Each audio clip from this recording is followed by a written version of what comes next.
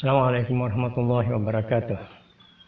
Pemirsa dan penonton yang budiman, dari langit membaca dunia dalam topik Ahmadiyah, sebuah ranting pada pohon Islam. Di dalam Al-Quran terdapat larangan mencela sesembahan orang lain. Jangan sampai celaan terhadap sesembahan orang lain menjadi bumerang. Orang lain tersebut balik mencela Allah, Tuhan si pencela. Sesembahan yang dimaksud di sini adalah sesembahan di luar sesembahan Islam. Maka menjadi aneh gerombolan massa yang menyerbu jemaah Ahmadiyah di kompleksnya pada waktu yang sudah lama. Jalan Raya Parung, Pondok Udik, Bogor, beberapa waktu yang sudah lama ini. Di televisi ditayangkan umat yang menyerang dan memaksa agar anggota jemaah Ahmadiyah meninggalkan lokasi tersebut. Jemaah Ahmadiyah adalah sekelompok umat yang menyembah Allah dan mengakui Nabi Muhammad sebagai Nabi mereka dan Nabi yang terakhir. Seperti yang disaksikan melalui media, sekelompok umat yang menyembah Allah menyerbu dan mengusir sekelompok umat lainnya yang juga menyembah Allah. Berdasarkan pernyataan Al-Quran yang dinukilkan tadi, akankah jemaah Ahmadiyah balik mencelah Allahnya orang-orang yang menyerbu mereka? Saya yakin tidak. Kitab suci Al-Quran juga menegaskan kepada Nabi Muhammad bahwa beliau hanya sekedar seorang pemberi peringatan, bukan seorang pemaksa kehendak. Perlakuan yang diterima oleh jemaah Ahmadiyah itu menunjukkan sikap dan tindakan yang memaksakan kehendak yang dilakukan oleh sekelompok umat.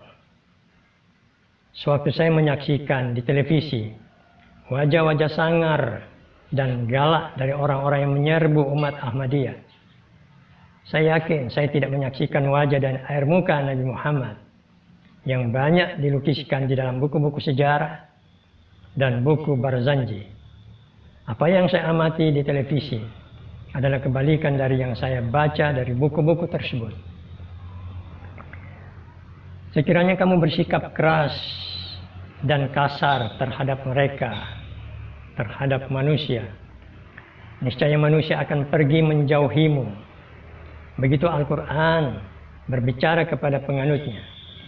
Tapi dalam kasus Ahmadiyah, sekelompok umat pemegang Al-Quran bukan hanya bersikap keras dan kasar, namun justru mereka mengusir manusia dari tempat tinggalnya. Ada kontradiksi antara Al-Quran yang di tangan dan tongkat kayu pengusir di tangan yang satunya. Kalau bukan rahmat Allah, maka akan dirubuhkanlah rumah-rumah ibadah yang bermacam-macam di bumi ini oleh manusia dengan angkara murkanya. Untunglah ada rahmat Allah. Sebab Majelis Ulama Indonesia dalam konteks tersebut, tempat segala macam umat mengadukan diri dan mengharap pengayomannya, sudah sering kali tidak memiliki rahmat lagi. Contohnya, MUI setempat merespon pemaksaan umat penyerbu agar jemaah Ahmadiyah dibubarkan dengan fatwanya bahwa Ahmadiyah menebarkan ajaran terlarang. Saya yakin tentu menarik untuk didiskusikan yang mana yang dilarang oleh Islam, ajaran Ahmadiyah atau sikap dan fatwa MUI itu.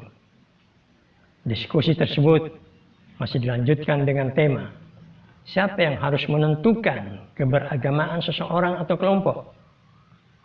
Diskusi tersebut tentu menarik karena Al-Quran terkenal dengan pernyataannya bahwa tidak ada paksaan dalam beragama, dan bahwa siapa yang mau silakan beriman, dan siapa yang mau silakan kafir. Maka ketika seorang karetku bertanya, siapa Ahmadiyah itu? Aku menjawabnya dengan mengatakan, seperti Front Pembela Islam, seperti Muhammadiyah, seperti NU, seperti Ijabi Syiah, dan seperti kita semua yang mungkin berbeda mazhab pemikiran, yang ibarat ranting-ranting dari sebuah pohon, maka Ahmadiyah adalah salah satu ranting dari banyak ranting-ranting dari sebuah pohon yang bernama pohon Islam. Terima kasih. Wassalamualaikum warahmatullahi wabarakatuh.